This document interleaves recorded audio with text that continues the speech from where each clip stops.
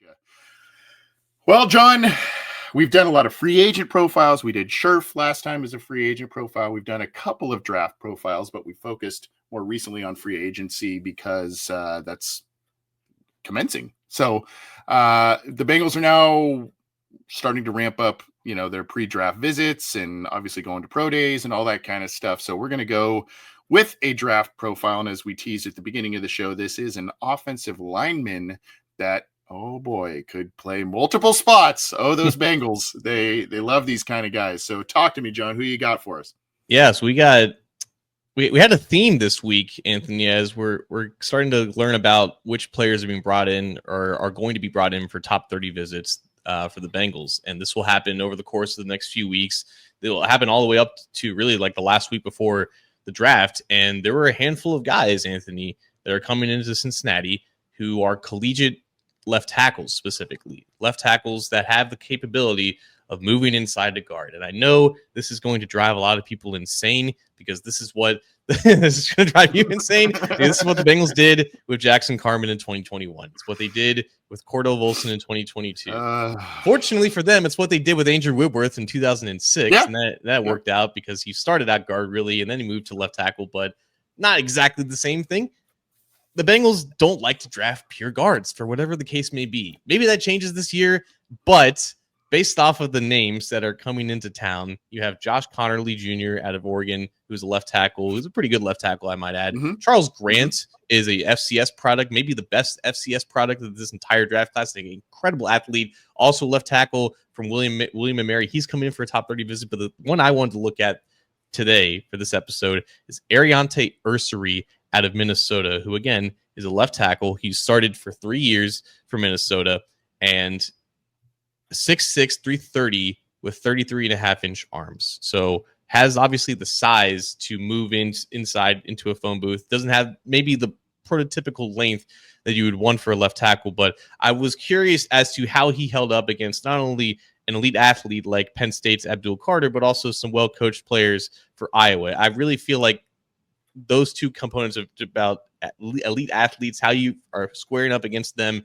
it really tells you, how they can hold up against NFL caliber athletes and obviously guys with the technique that can hold up on Sundays as well. And the first play here, it's not a great one. I wanted to be fair and objective here, going up against Abdul Carter, who again is a lot smaller than him. He's going to win in leverage, and kind of, Abdul kind of keeps himself clean there and wins really quickly, in the run game. And that was something that I noticed with Ersery initially. As big as he is, and he does keep guys clean sometimes, he doesn't always play with the best leverage. And that is something that I think is noteworthy when you are 6'6", and you may be moving inside into more condensed spaces where leverage obviously matters a lot. So is this someone that thrives more in space and you can use his length to the best of him?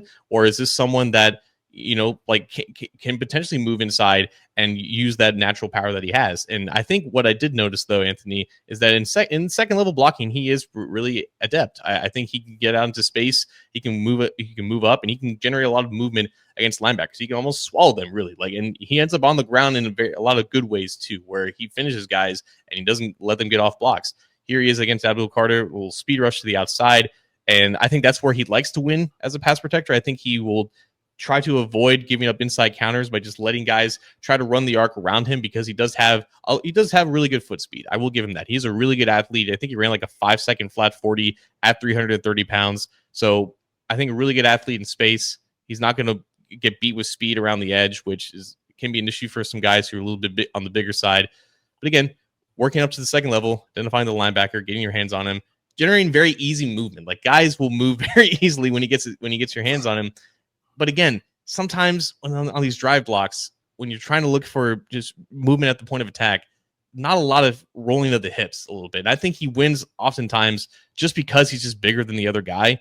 And it's not a lot of just natural leverage and power that's generating these wins. It's just pure size and overwhelming guys.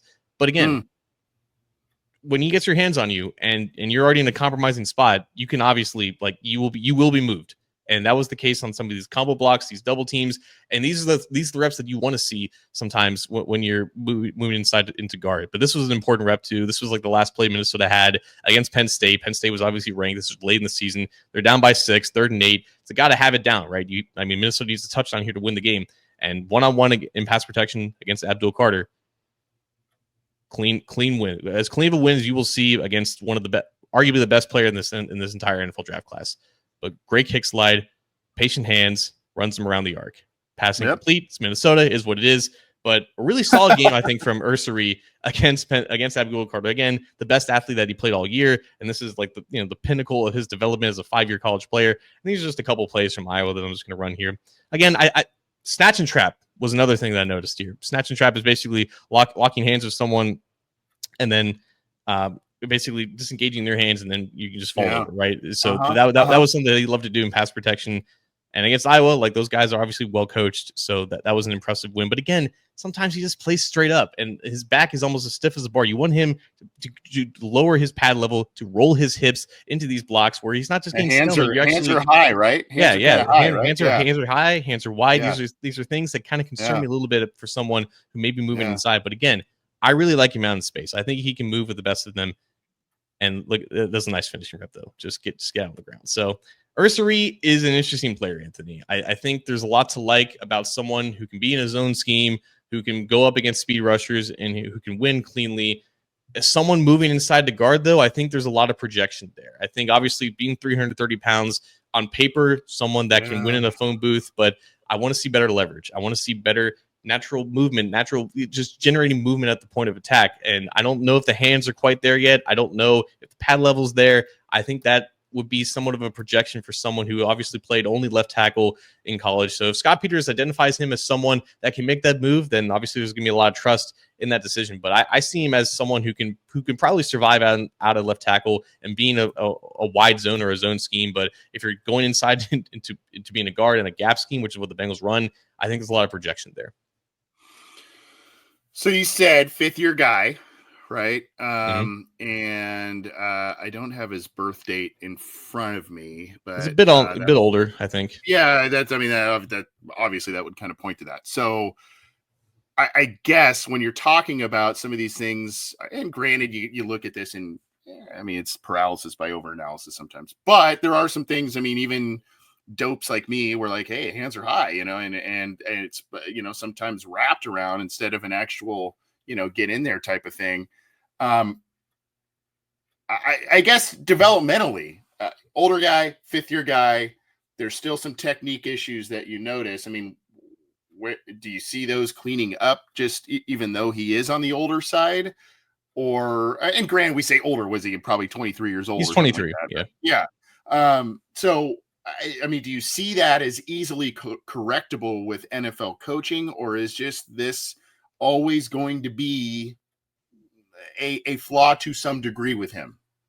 It's a good question. Again, I think if he were to stay at tackle and where he's played for all of his career, right, I think the issues and the development would be flatlined. It will be solved relatively quickly. If you're asking him to play a new position where he doesn't have as much space and he's meeting rushers more quickly, right? Because when you're facing wide 9 rushers on the edge like Abdul Carter, you have some time to get into your set and to use your hands, and his hands are really patient too. He doesn't really show his hands until he's being engaged, and when that whole process kind of speeds up, when you're going up against 3 techniques and you're going up against, head up nose tackles, and you're exercising those ace and duo blocks with your center and everything like that, the whole thing speeds up, and that can kind of stunt development a little bit because you're now learning new things. And again, for someone who is as big as him at 6'6", who doesn't really play with great pad level, it causes concern for me. But I don't want to just make this a negative thing. I do think there's a lot of things to like about him because of how naturally athletic that he is. And I think if he's in the right scheme, he can just make great plays out into space. He can reach guys on some of those wide zone types of runs.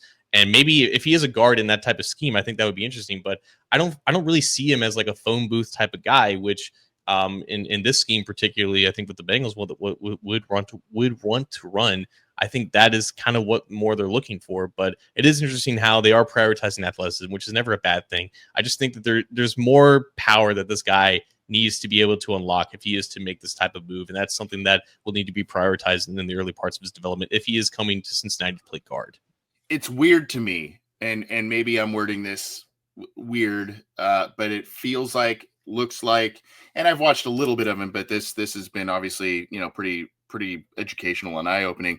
It's like the feet and the athleticism say tackle, and the hands and other technique things say guard. It's like right in between, right? I mean, it's kind of like, and maybe that's just an obvious statement in general, and that's why these questions exist. But to me, it's almost like it's a weird dichotomy between those strengths and weaknesses with a guy like this. And, let's say he's looked at as a left tackle.